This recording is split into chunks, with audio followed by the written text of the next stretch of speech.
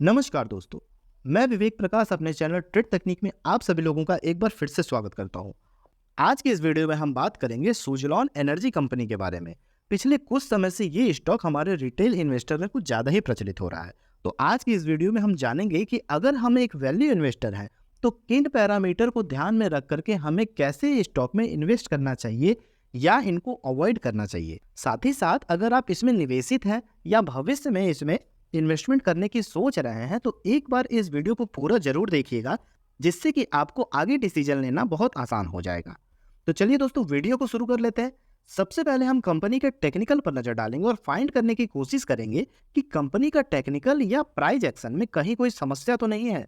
और अगर कंपनी का प्राइस लगातार बढ़ रहा है तो उसको भी हम कंपनी के रिसर्च एंड रिपोर्ट के जरिए वेरीफाई करने की कोशिश करेंगे कि ये किस हद तक सही है। तो सबसे पहले कंपनी के बेसिक बिजनेस मॉडल को समझ लेते हैं कि कंपनी प्रेजेंट में किन किन सिनेरियो को ध्यान में रखकर के काम कर रही है।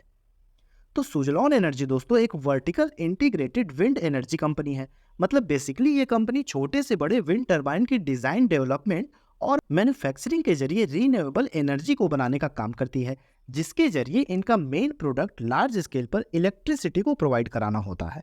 तो कंपनी विंड एनर्जी टरबाइन से रिलेटेड लगभग सारे इक्विपमेंट की डिजाइन और मैन्युफैक्चरिंग खुद ही करती है, जिसमें टावर, विंड ब्लेड और जनरेटर, मोटर जैसे कुछ इंपॉर्टेंट इक्विपमेंट हैं।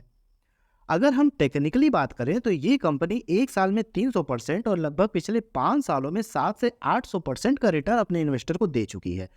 पर जब हम कंपनी के फुल पोटेंशियल चार्ट को देखते हैं या प्राइस एक्शन को देखते हैं, तब हमें एक बेसिक कैलकुलेशन ये समझ में आता है कि 2009 से पहले इस कंपनी में जो भी इन्वेस्टर इन्वेस्ट किए होंगे उन्हें लगभग 80 से 90% का कैपिटल लॉस होता होगा, जिसमें से तो कुछ इन्वेस्टर लॉस बुक करके एग्जिट कर लिए होंगे और कुछ जो इतने लॉस के बावजूद भी इसे अपने पोर्टफोलियो में रखे होंगे वो इस उम्मीद में होंगे कि कल को ये कंपनी मल्टीबैगर बन जाए। तो देखिए दोस्तों, कोई कंपनी मल्टीबैगर बन सकती है या नहीं, इसका निश्चित जवाब किसी के पास नहीं होता है। हम बस किसी कंपनी के पास्ट और प्रेजेंट के मैथमेटिकल कैलकुलेशन के जरिए भविष्य में होने वाले उसके पोटेंशियल ग्रोथ का अनुमान ही लगा सकते हैं। ये कैलकुलेशन कंपनी के market capitalization, growth cycle, performance, productivity, management decision जैसे इंपॉर्टेंट फैक्टर पर डिपेंड करता है। एज अ वैल्यू इन्वेस्टर हमारी भी नज़र इन सब फैक्टर पर जरूर होनी चाहिए। तो सुजलॉन के प्राइस एक्शन से हमें क्या समझ में आ रहा है? यहाँ पर हमें सिंपल ये दिख रहा है कि जब कंपनी लिस्ट हुई थी 2005-6 में, उसके बाद 2 से 3 साल तक तो कंपनी में ग्रोथ बनी रही। यहाँ थोड़ा आप ध्यान दीजिएगा, क्योंकि अगर आप इस नज़रिए से किसी कंपनी का एनालिसिस करना सीख गए तो एज अ वैल्यू इन्वेस्टर आपका 70% काम हो जाएगा। तो लिस्टिंग के टाइम हमें सबसे पहले ये देखना होता है कि शेयर का जो भी लिस्टिंग प्राइस है वो ओवर वैल्यूड है या अंडर वैल्यूड है। तो सबसे बड़ा सवाल यही आ जाता है कि लिस्टिंग के टाइम पर उस कंपनी के शेयर की एक्चुअल वैल्यू कैसे निकालें, क्योंकि अभी तो हम पीई रेशियो और बुक वैल्यू से अंदाजा लगा सकते हैं, पर ज़्यादातर लिस्टिंग के समय कंपनी का पीई और बुक वैल्यू अवेलेबल नहीं हो पाता है। तो उस समय हम क्या करते हैं? तो उस समय कंपनी के कुछ अवेलेबल डाटा के आधार पर थोड़ा लॉन्ग कैलकुलेशन के जरिए शेयर की एक्चुअल वैल्यू निकाली जाती है। अगर आपको ये कैलकुलेशन समझना है तो आप ज़्यादा से ज़्यादा इस पर कमेंट करिएगा, ताकि आने वाले समय में मैं इस पे एक डेडिकेटेड वीडियो बना सकूं। और अगर मार्केट से रिलेटेड आपकी कोई अदर क्वेरी है या आप हमारी प्रीमियम सर्विस लेना चाहते हैं तो नीचे दिए गए व्हाट्सएप पर एक बार कॉन्टेक्ट कर सकते हैं। हमारी सेबी रजिस्टर्ड टीम आपकी पूरी तरीके से मदद करेगी। तो चलिए, सुजलॉन के लिस्टिंग के समय की पीई रेशियो की बात करें तो 2007 में इसका पीई शो हुआ, जो कि लगभग 65 के आसपास था। नॉर्मली मार्केट के सिनेरियो में देखा गया है कि अगर किसी कंपनी का पी अंडर 30 है तो उसकी शेयर की वैल्यू सूटेबल कंडीशन में है।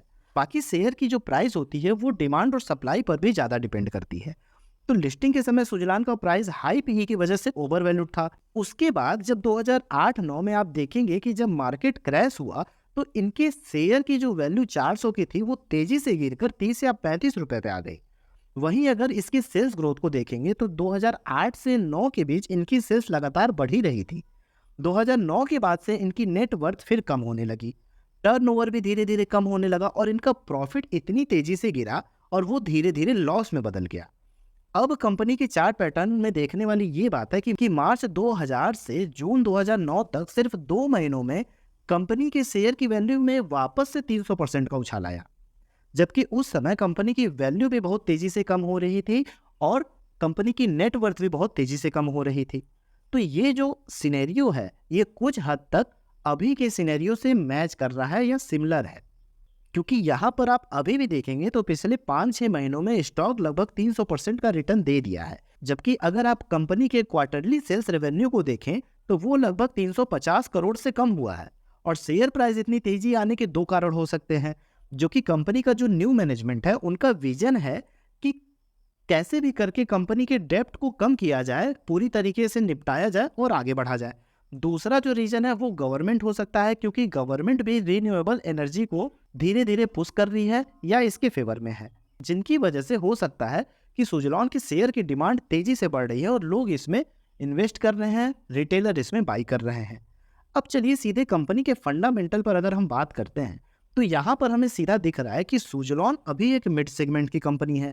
बुक वैल्यू उसका 1 से भी कम है और पीई की अगर बात करें तो 137 का है। अभी के जो प्राइस का सिनेरियो है सुजलॉन का वो ओवर वैल्यूड है।